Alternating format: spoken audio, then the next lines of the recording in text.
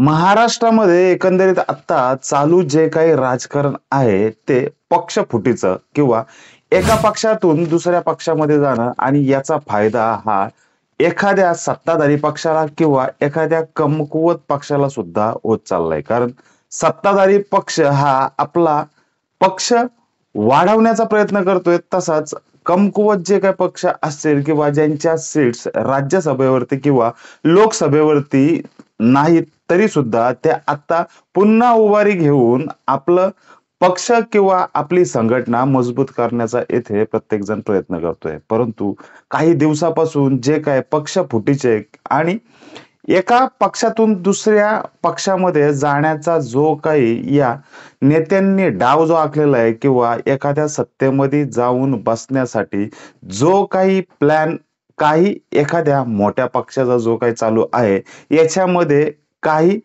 संघटना किंवा काही घटक पक्ष आणि पक्षांचा इथे समावेश होत असताना किंवा त्यांच्या नेत्यांचा समावेश होत असताना काही दुबळ्या पक्षांना येथे ही मदत सुद्धा होते असं सुद्धा म्हणायला काही हरकत नाही.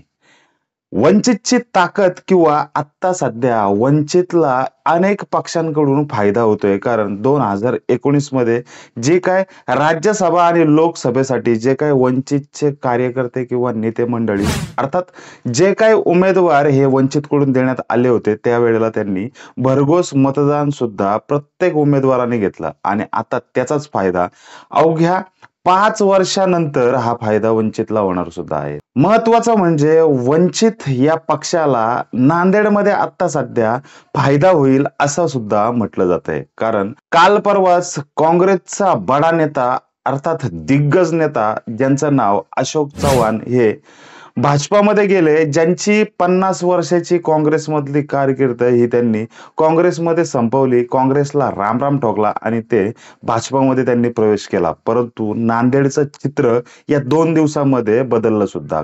कारण येथे वंचित या पक्षाला याच नांदेडमध्ये कसा फायदा होईल हेच आपण या व्हिडिओमधून बघणार आहोत. नमस्कार, मी समीर खंडागळे आणि तुम्ही पाहताय वैचारिक धिंगाणा.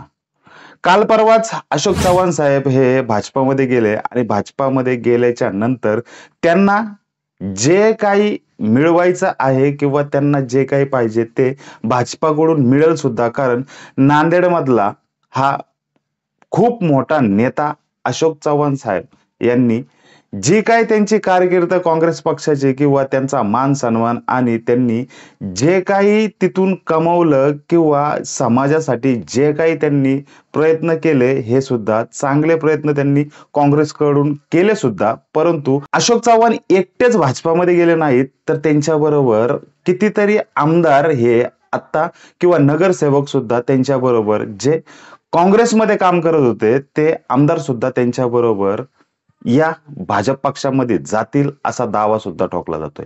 जर हे अशोक चव्हाण जर का भाजपामध्ये गेले, त्यांच्या पाठोपाठ लगेचच जर का काँग्रेसचे आमदार किंवा नगरसेवक जे काँग्रेसमध्ये आहेत ते जर का गेले, तर याचा फायदा हा वंचित बहुजन आघाडीला होऊ शकतो. अशोक चव्हाण हे भाजपामध्ये गेल्याच्या नंतर त्यांना सीट किंवा जर का त्यांना उमेदवारी जर का पाहिजे जर का असेल तर भाजप पक्ष हा त्यांना उमेदवारी देईल सुद्धा. कारण येथे अशोक चव्हाणांची नांदेडमध्ये ताकद सुद्धा त्यांनी दाखवली आहे किंवा त्यांची ताकद आहे सुद्धा. परंतु काँग्रेसमधून जर का ते भाजपामध्ये जातात आणि इतर त्यांच्या बरोबरचे कार्यकर्ते जे काँग्रेसमध्ये आहेत ते सुद्धा जर का त्यांच्या मागे जर का जात जर का असतील, तर ते इथे राज्यसभा लढवणार की लोकसभा लढवणार हे सुद्धा निश्चित होईल सुद्धा. परंतु लोकसभा जर का लढवायची जर का असेल तर भाजप त्यांना सीट देईल. कारण भाजपाचे नांदेडमध्ये असणारी कमकुवत परिस्थिती किंवा तिथे भाजप हा जास्त जर का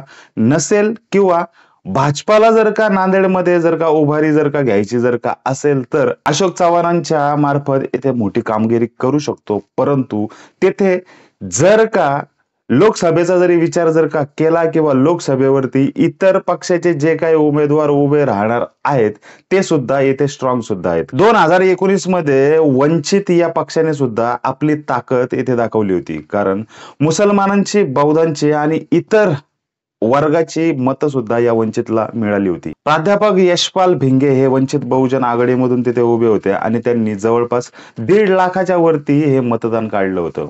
त्यामुळेच वंचितची येथे हवा सुद्धा झाली होती आणि वंचितची जी काही मतं मिळाली, हा पक्ष 2019ला तेथे जो काही यशपाल भिंगे हे लढत जी काय काँग्रेस भाजपा यांच्या बरोबर जी काय झाली, त्याच्यामध्ये यशपाल भिंगे आणि वंचितने जी काय ताकद निर्माण केली, ती ताकद किंवा त्यांना मिळालेली मतं आणि जे काही मतांचं विभाजन झालं त्यामुळे काँग्रेसला सुद्धा या मतांच्या विभाजनामुळे किंवा वंचितचा फटका बसला आणि याच वंचितच्या फटक्यामध्ये काँग्रेसला येथे हार मानावी लागली. अर्थात अशोक चव्हाण साहेब हे इथे पराभूत सुद्धा झाले होते. त्याच्यामुळे आता तेथे वंचितची ताकद जास्त आहे. नांदेड मधल्या विधानसभा मतदारसंघाचा जर का आपण विचार केला तर तेथे 6 विधानसभा मतदारसंघ आहेत.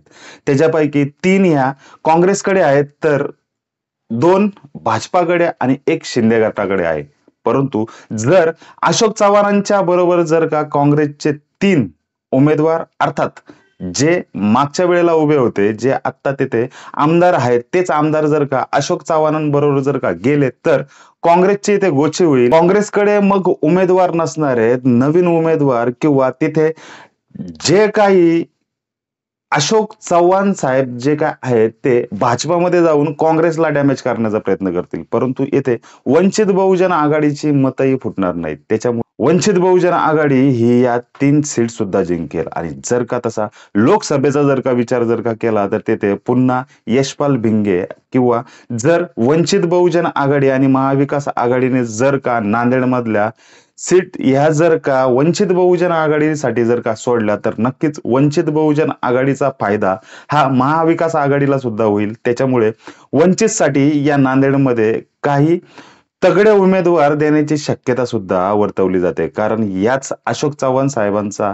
किंवा जो काही त्यांनी प्रवेश हा भाजपामध्ये केला तोच फायदा हा वंचितला होईल. त्याच्यामुळे वंचितची ताकद अशोक चव्हाण साहेब भाजपमध्ये गेल्याने आता तिथे वाढली सुद्धा आणि प्रकाश आंबेडकर साहेब हे पुन्हा एकदा वंचित बहुजन आघाडीची आता त्यांची असणारी पूर्वतयारी किंवा महाविकास आघाडीबरोबर त्यांची चालणारी आत्ताची सूत्रे ह्याच्यावरून वंचित बहुजन आघाडी येथे जास्तीत जास्त उमेदवार देऊन किंवा नांदेड व्यतिरिक्त सुद्धा वंचितची हवा आता दिसत आहे. हेच जर का मतदानाच्या वेळेला जर का झालं किंवा लोकांनी पुन्हा एकदा 2019 सारखाच प्रकाश आंबेडकर अर्थात वंचित वरती जर का विश्वास जर का ठेवला, मतदान जो काही वंचित बहुजन आघाडीचा जो काय आहे तो न फुटणारा मतदान हा वंचित बहुजन आघाडीला आणि या महाविकास आघाडीला तगडा हातभार लागू शकतो. कारण येथे पक्ष फुटत आहेत किंवा पक्षांमधले नेते